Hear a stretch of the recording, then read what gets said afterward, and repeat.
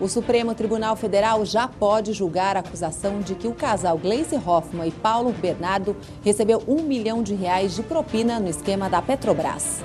Governo, caminhoneiros e transportadoras voltam a discutir a tabela de fretes. A ação do Banco Central no mercado de câmbio derrubou com força a cotação do dólar. O choque de 2 barcos de pesca no Rio de Janeiro provocou pelo menos 5 mortes. Uma campanha na internet tenta ajudar pessoas portadoras de uma doença rara que atinge o cérebro. O governo da China decidiu criar tarifas para a importação da carne de frango do Brasil. E o governo de Pernambuco decidiu investir pesado nas unidades de conservação ambiental. São alguns destaques do Jornal das 18 horas que começa agora.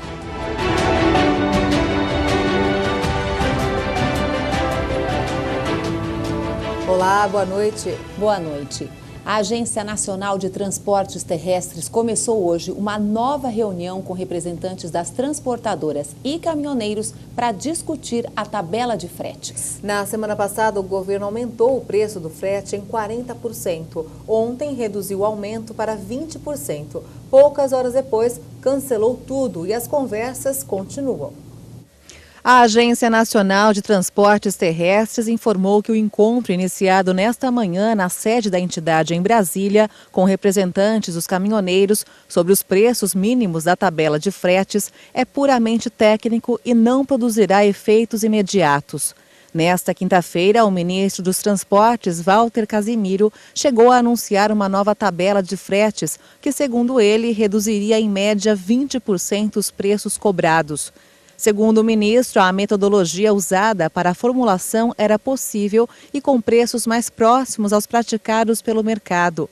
Mas, no fim do dia, o governo recuou e informou que a nova tabela com os preços mínimos dos fretes seria revogada. De acordo com o Ministério dos Transportes, a revogação vai acontecer porque os caminhoneiros reagiram negativamente aos novos valores definidos. A ANTT informou por meio de sua assessoria de imprensa que deverão ser promovidos ajustes na tabela de frete antiga com base nas reuniões entre produtores e transportadores intermediadas pela agência e pelo governo. Essa tabela ajustada de frete deverá ainda ser submetida à audiência pública. Na prática, com a revogação da tabela publicada nesta quinta-feira, volta a valer a tabela publicada em 30 de maio, que já havia sido alvo de polêmica. A ANTT informou que as questões técnicas da tabela vão continuar em discussão na agência e com o setor, a fim de chegar a uma solução que harmonize os interesses de produtores, transportadores e sociedade. O ministro do STF, Celso de Mello, liberou para julgamento a ação criminal contra a presidente nacional do PT, Gleisi Hoffmann, e seu marido e ex-ministro Paulo Bernardo. Ainda não há data marcada para o julgamento. O decano autoriza colocar em pauta processo que aponta corrupção passiva e lavagem de dinheiro envolvendo os petistas. Este é o segundo julgamento de uma ação penal da Lava Jato na segunda turma do Supremo Tribunal Federal. Embora não tenha data marcada, há expectativa para que ocorra este mês de junho, antes do recesso do Judiciário. A denúncia contra a Gleisi, Paulo Bernardo e o empresário Ernesto Kuller Rodrigues foi recebida pela segunda turma em setembro de 2016. Eles são acusados de receber R$ 1 milhão originários de um esquema de corrupção que foi instalado na diretoria de abastecimento da Petrobras e que teria favorecido a campanha da petista ao Senado em 2010. O presidente do Tribunal Superior Eleitoral, Luiz Fux, determinou que as notícias falsas e abusivas envolvendo pré-candidatos à eleição de 2018 sejam retiradas do ar. Ontem, de forma inédita, o TSE mandou remover notícias falsas contra a pré-candidata pela rede, Marina Silva. Segundo o presidente do TSE, ao contrário dos Estados Unidos, no Brasil temos de tirar imediatamente a chamada fake news do ar, porque derrete em segundos uma candidatura. Em nota, o Facebook disse cumprir a decisão da Justiça brasileira. O Banco Central decidiu agir, ofereceu 20 bilhões de dólares ao mercado para baixar a cotação da moeda norte-americana, que estava subindo sem parar, num movimento claramente especulativo. Para começar, deu certo. O dólar caiu mais de 5,5% hoje e fechou o dia cotado a R$ 3,70. A maioria dos brasileiros não está entendendo o vai e vem do mercado dos últimos dias. Tem que ajustar as contas a todo momento. Até a Ana Rosa, que é uma educadora financeira, foi obrigada a mudar os planos das férias. No caso dela, precisa comprar o dólar turismo, que é mais caro que o comercial. Se eu me propus, eu tenho 5 mil, 10 mil dólares, 10 mil reais para trocar, eu vou trocar exatamente este, né? E vou fazer o que eu tinha que fazer com este valor, reduzindo, observando aonde eu posso fazer a redução do que eu pretendia fazer lá fora. Só assim eu não vou trazer problemas na volta da minha viagem. Só em 2017, 1.200.000 brasileiros foram para o exterior. Mas o que interessa mesmo para bem mais gente, para ser mais precisa, os 209 milhões de brasileiros, é o valor do dólar comercial. Esse sim, interfere até no preço do pãozinho que é servido no café da manhã. O trigo argentino está acabando. Então vai vir de outros países que não têm acordo comercial com o Brasil e que é bem mais caro. Você vai ter que repassar. Não tem condição de repassar tudo, senão fica fora de mercado, né? Mas não tem como segurar. O que o Duarte falou não é nada mais do que o efeito de uma economia globalizada.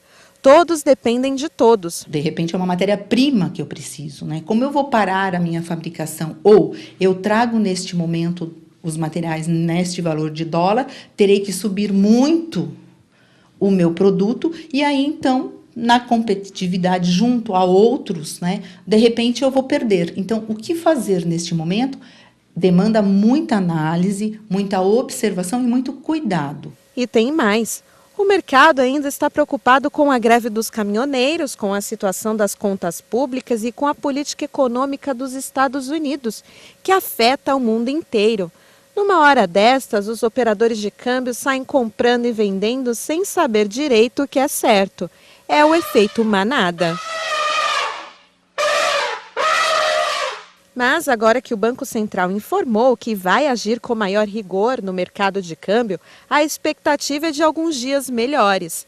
Mas não dá para acreditar 100% numa previsão como essa. Não podemos nos sustentar dessa forma e eu tenho certeza, né, que as pessoas responsáveis em nosso país para que isso não se exceda mais do que já está, terão algumas estratégias, né, para que isso diminua. Mas não dá para prever. E o presidente Michel Temer pediu mais otimismo aos brasileiros. A declaração foi dada na cerimônia que marcou o início dos testes de um reator nuclear que será construído no Centro Tecnológico da Marinha, em Iperó, no interior de São Paulo. A China anunciou que vai impor tarifas ao frango brasileiro. A medida anunciada para favorecer o produto chinês vai começar a valer amanhã. Agora, os chineses que importarem as carnes do Brasil vão pagar tarifas que variam entre 18,8% a 38,4%. Foi o que disse o Ministério do Comércio da China. Essa pode ser uma iniciativa de Pequim para colocar uma política de preços ao produto. As medidas valem para os principais exportadores brasileiros, a JBS e a BRF. Hoje, a BRF é a maior exportadora de frango do país. Das 29 empresas brasileiras listadas pelo Ministério Chinês, as tarifas da JBS e da Seara Comércio serão de 18,8%. Já os produtos da BRF sofrerão 25,3%. Uma decisão preliminar do Ministério descobriu que os produtores chineses foram substancialmente prejudicados pelos embargos do Brasil entre 2013 e 2016. Nesse período, o país forneceu mais da metade das importações de carne de frango à China. As medidas antidoping são mais um golpe para os exportadores de carne do Brasil. Eles ainda se recuperam dos efeitos da Operação Carne Fraca da Polícia Federal. Os preços dos frangos de corte na China se recuperaram de forma significativa desde o ano passado, depois que fortes quedas em décadas, quando houve registro de centenas de pessoas mortas por ter contraído o vírus H7N9 da gripe aviária. A inflação oficial medida pelo IBGE passou de 0,22% em abril para 0,4% em maio. Foi o ritmo mais acentuado do ano. O índice foi puxado pelos preços dos combustíveis e da conta de luz, que subiram mais de 13,5% em um mês. No acumulado em 12 meses, o IPCA subiu 2,86%, mas ainda segue abaixo do piso da meta do Banco Central. Pelo menos 5 pessoas morreram no acidente de 2 barcos no litoral do Rio de Janeiro. A Capitania dos Portos e os bombeiros procuram sobreviventes. 21 pessoas estavam a bordo. O naufrágio ocorreu na madrugada desta sexta-feira, na Baía de Septiba, em Itajaí, região metropolitana do Rio de Janeiro. Um grupo saiu para pescar por volta das 7 horas da noite e foram surpreendidos por uma forte tempestade e os barcos viraram.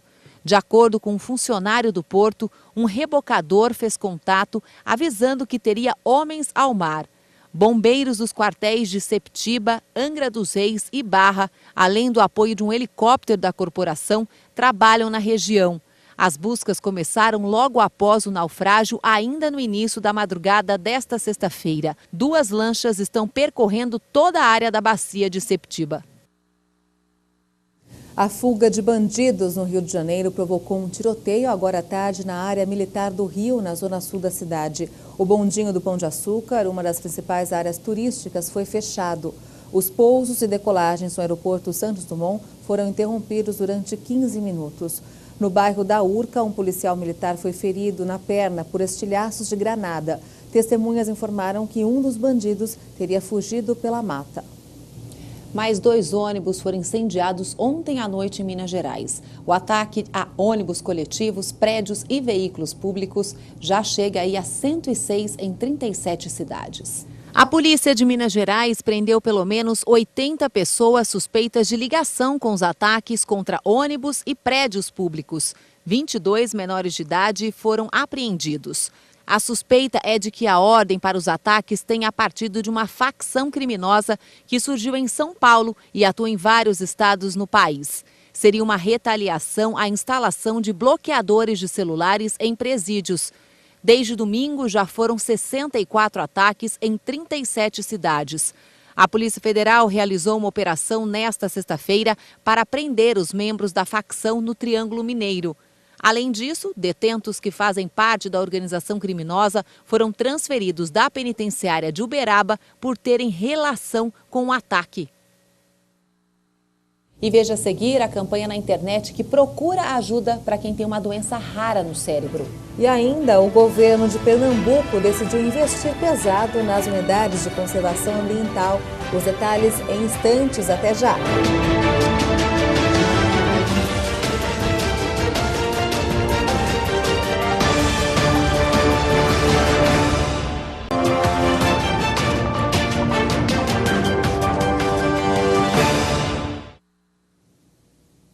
Uma campanha na internet busca 20 mil assinaturas para pressionar o Senado Federal a aprovar uma lei que dê condições de aposentadoria a portadores de uma doença rara.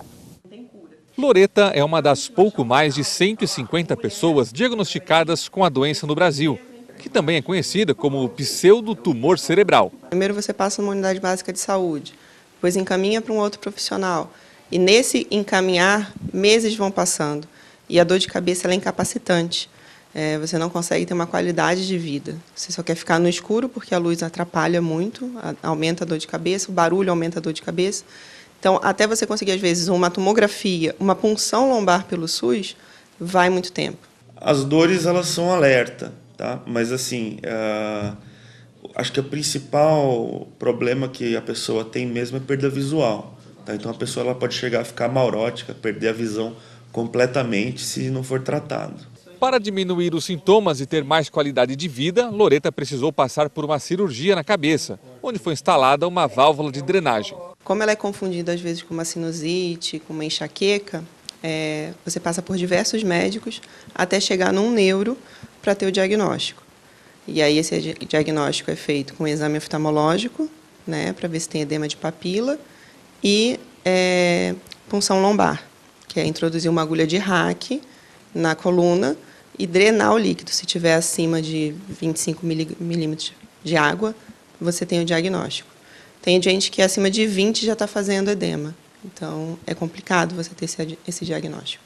Aqui no Brasil, a doença é rara. A incidência é de 1 para cada 100 mil mulheres. Obesas têm 20 vezes mais predisposição para desenvolvê-la.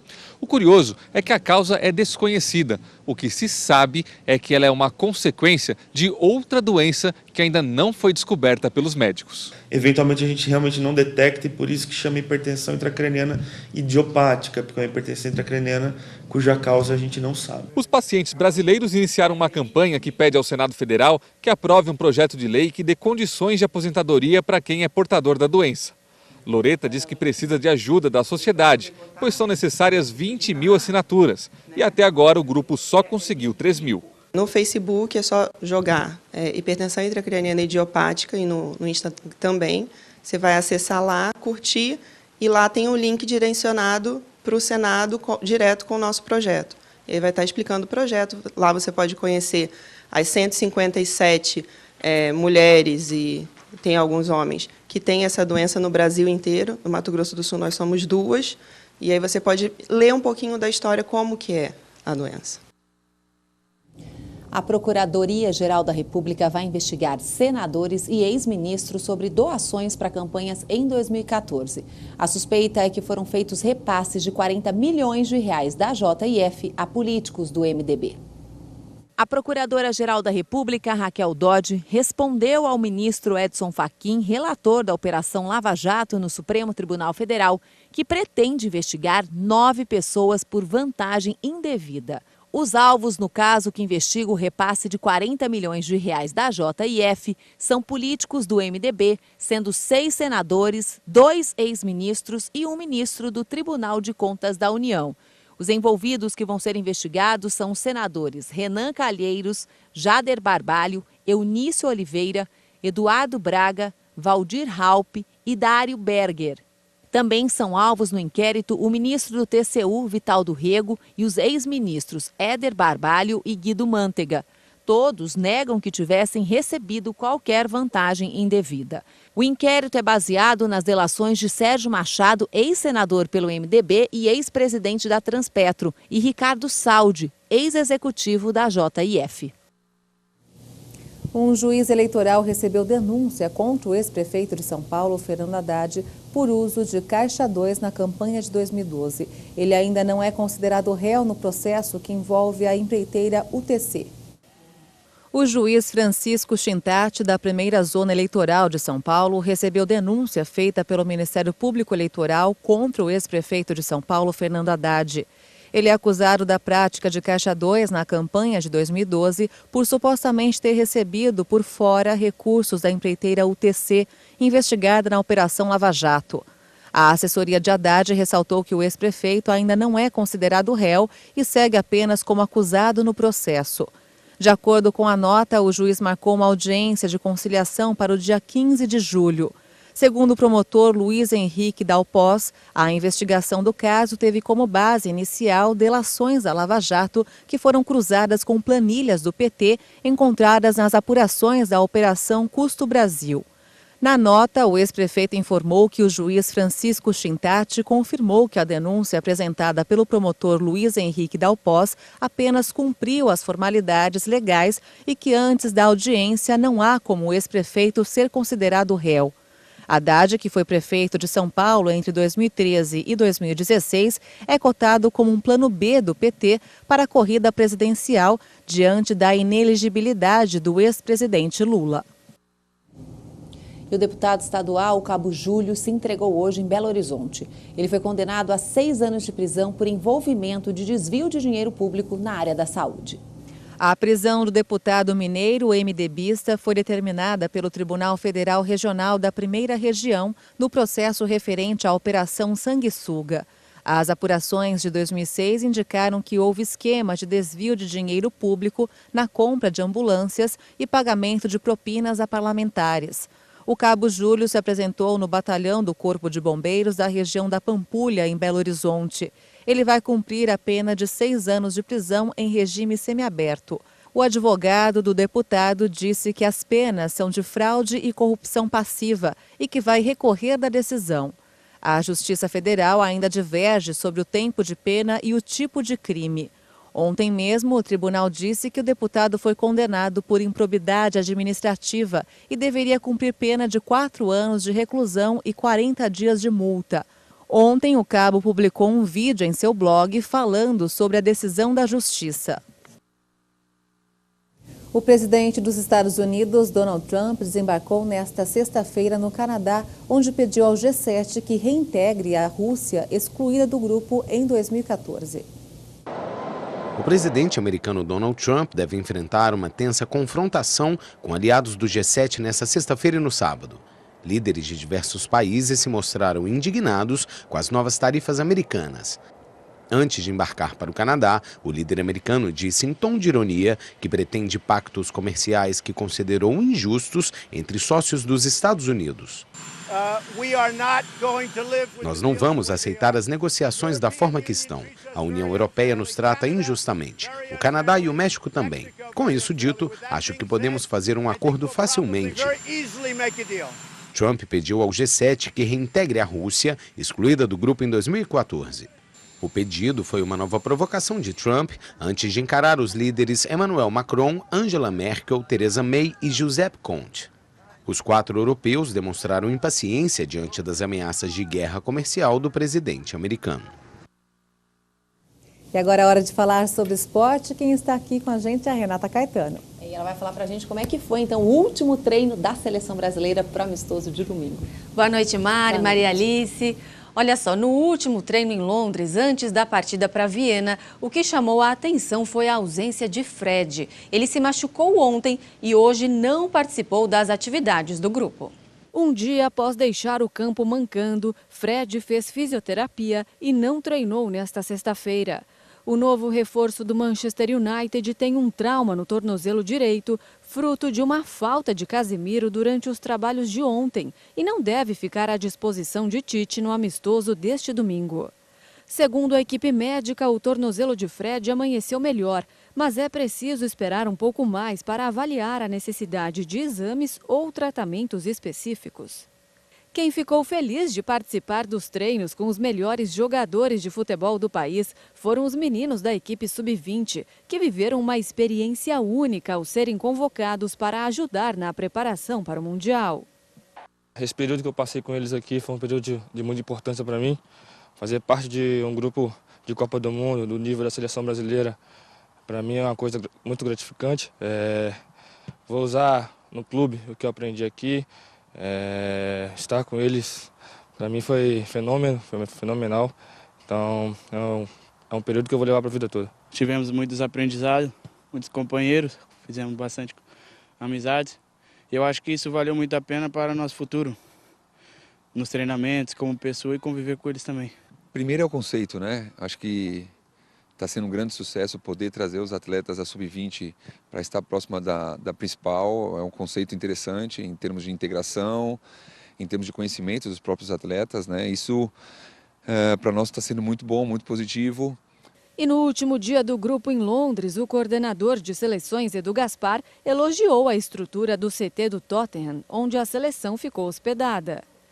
Estar aqui no CT do Tottenham foi realmente escolhido a dedo, por tudo isso que vocês estão vendo aqui, né? Pela qualidade do serviço, pela qualidade de hotelaria, qualidade de campo, e nada melhor de estar numa estrutura como essa, né? Com essa maravilha que aí vocês estão acompanhando, com estrutura de academia de primeiríssima classe, hotelaria, alimentação, ou seja, tudo ao redor aqui desse centro de treinamento é de altíssimo nível que automaticamente qualifica o nosso trabalho.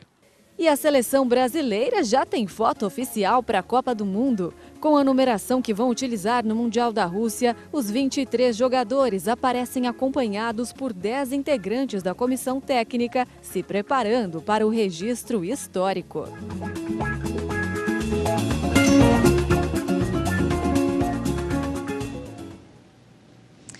E uma pergunta que está no ar e que parece só vai ser respondida depois da Copa movimenta o mundo do futebol. Em que clube vai jogar o craque Neymar depois do Mundial? Enquanto o Real Madrid parece disposto a negociar com o jogador, o novo técnico do PSG visitou o craque na Inglaterra na esperança de que ele permaneça no time francês. O PSG deve fazer jogo duro e não vai liberar facilmente o seu principal jogador. O novo técnico do time, Thomas Tuchel, aproveitou a ida a Liverpool, onde assistiu ao amistoso entre Brasil e Croácia, para se encontrar com seu principal astro e apresentar suas ideias. Ao que parece, Neymar gostou do que ouviu, o que faz aumentar as chances do atacante permanecer na equipe francesa na próxima temporada. Por outro lado, a possível ida de Neymar para o Real Madrid é cada dia mais comentada na Europa. Segundo o jornal Mundo Deportivo, o presidente do clube merengue, Florentino Pérez, foi a Londres durante a semana onde estava concentrada a seleção brasileira para se aproximar do atacante. A chegada de Neymar ao Santiago Bernabéu estaria diretamente ligada à saída de Cristiano Ronaldo. O português deixou no ar a possibilidade logo após a conquista da Liga dos Campeões, o que não caiu bem na diretoria do clube. Para Marcelo, jogador do Real e da seleção, Neymar seria bem-vindo na equipe. O Neymar tem sempre as portas abertas do Real Madrid. Eu acho que os melhores jogadores do mundo têm que jogar no Real Madrid. E eu já falei isso há 2, 3 anos atrás, que para mim, algum dia o Neymar vai jogar no Real Madrid. Não, um dia eu não sei. Bom, e são esses os destaques do esporte desta sexta-feira. Um ótimo final de semana. Boa noite para vocês. Boa noite, Ria. Até amanhã. Ou até segunda-feira. Bom fim de semana, Renata. Obrigada. Pernambuco está criando unidades de conservação ambiental. O investimento será de R$1 milhão no projeto.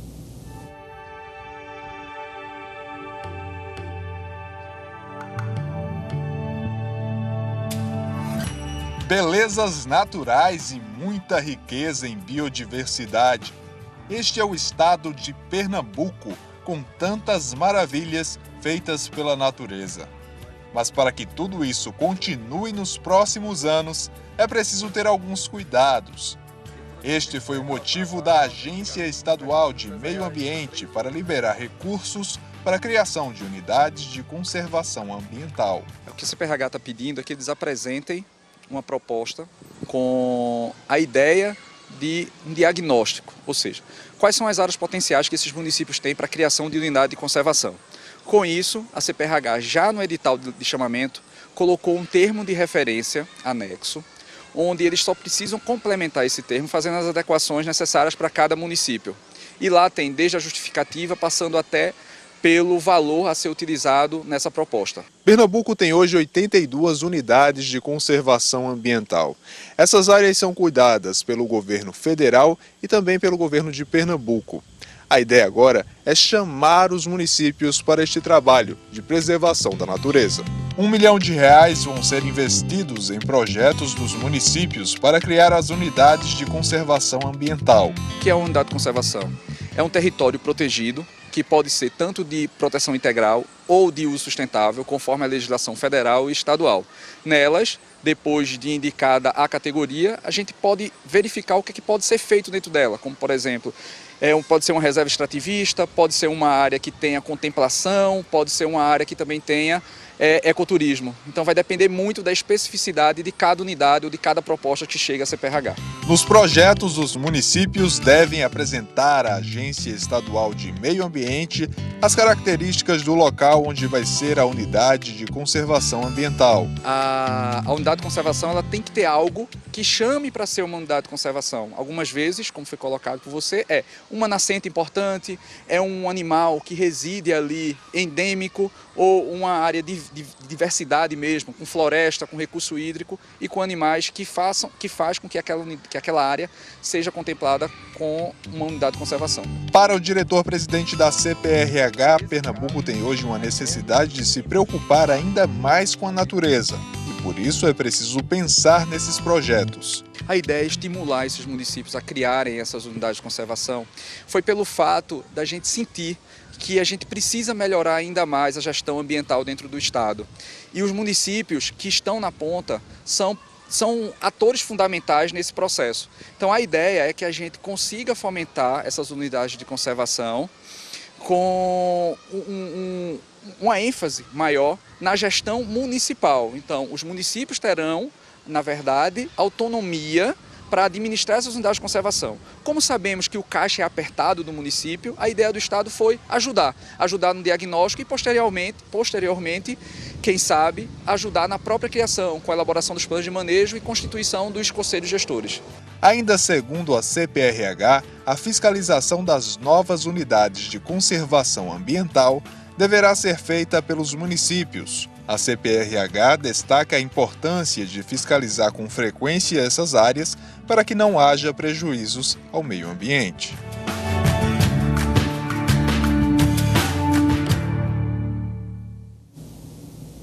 E essa edição termina aqui. Um excelente fim de semana para você. Uma ótima noite para você e até amanhã.